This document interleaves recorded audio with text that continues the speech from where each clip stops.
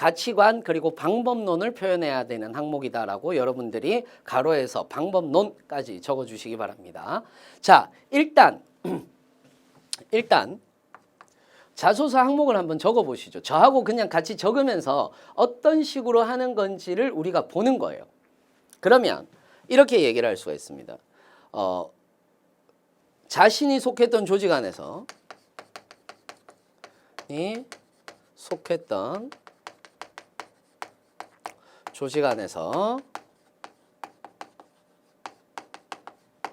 자신이 속했던 조직 안에서 자신과 의견이 다른 조직 구성원을 자신과 의견이 다른 조직 구성원을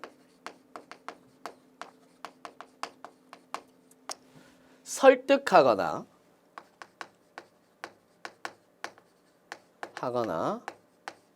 합의한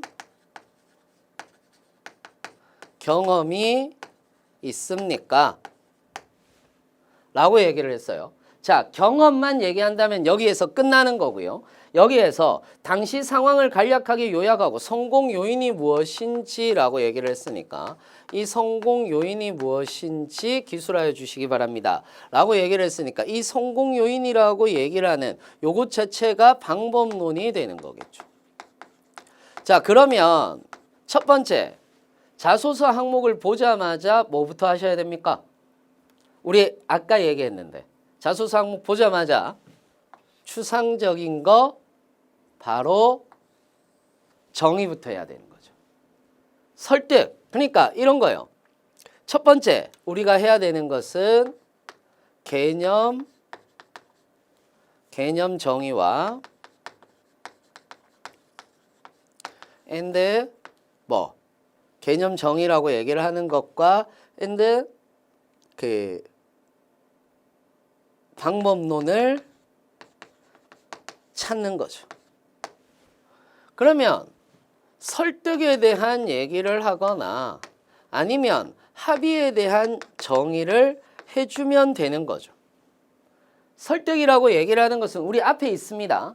앞에 다시 돌아가셔서 30페이지 보시면 상대의 의견과 나의 의견이 대립될 때 자신의 의견을 100% 상대에게 동의시키는 행위입니다. 그러니까 상대방이 상대에게 100% 동의시키는 행위를 얘기를 하는 거고 합의라고 얘기를 하는 것은 또 좀 다르죠. 합의는 둘 이상의 의견을 합치시키는 행위를 이야기를 합니다. 여기까지 이해되셨나요? 자, 그 다음 상대에게 100% 동의를 시켰다라고 얘기를 했을 때 우리가 방법론이 지금 두 가지가 있죠. 설득 세 가지가 있죠. 설명을 통해 설득하는 방법이나 설명을 통해 설득하는 방법, 유대감을 형성해서 설득하는 방법, 그 다음에 대화할 때 반론을 두고 설득하는 방법, 반론을 두고 설득하는 방법, 이렇게 세 가지를 이야기를 했어요. 자, 그러면 뭐 합의하는 방법들이 있어요. 교육 목표를 하나로 둔다 뭐 이런 것들이 있습니다. 그런데 이것도 찾아보세요, 여러분들이. 자, 이렇게 이야기를 했어요. 설명, 유대감, 반론 이런 식으로 얘기를 했죠.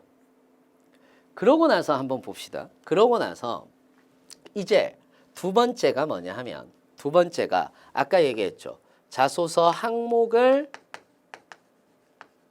분석하는데 이걸 분석할 때는 쪼개서 분석하는 겁니다. 조건이 어디에 들어가는지, 즉 조건 파악을 하는 거예요. 어떤 조건에 어떤 식으로 있는 건지를 우리가 파악해내는 겁니다. 어떤 의미인지 이해되세요? 어떤 조건이 들어가고 어떤 것들에 대한 파악을 하는 건지에 대해서 이야기를 해준다라고 이렇게 생각을 하시면 됩니다. 그래서 항목을 분석하는데 뒤에 제가 PPT가 마련되어 있는데도 불구하고 여러분들하고 같이 가보고 싶어서 지금 제가 이렇게 같이 가는 겁니다. 같이 가는 겁니다. 자, 그래서 항목 분석을 하는 거예요. 조건 파악을 하는 거죠. 이때 반드시 주의사항이 있습니다. 이때 주의사항이 있어요. 주의사항이 뭐냐 하면 반드시 한 항목에, 그러니까 이걸 항목을 쫙 쪼갤 거예요. 이렇게 쫙 쪼갤 거예요. 그러면 써야 됩니다. 어떤 식으로? 그냥 이렇게 줄 끄면 안 돼요. 아, 이거 넣어야 되는구나, 이거 넣어야 되는구나. 이게 아니에요. 첫 번째는 내가 보이지 않는 조건이 있을 겁니다. 보이는 조건과 보이지 않는 조건, 즉 보이지 않는 조건까지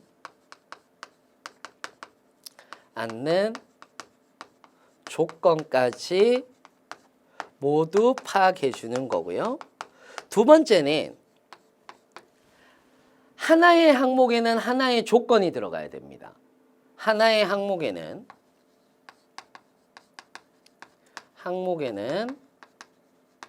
하나의 조건이 들어간다는 거.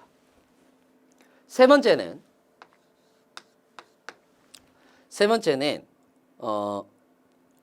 반드시 서술형이나 명령형으로 쓸 것. 이게 왜 중요하냐면 반드시 서술형이나 명령형으로 쓸 거예요. 왜냐하면 우린 대부분 명사형으로, 지금 제가 적는 방법이 명사형이잖아요. 명사형으로 적으면요 그냥 정리가 되고 끝나버립니다.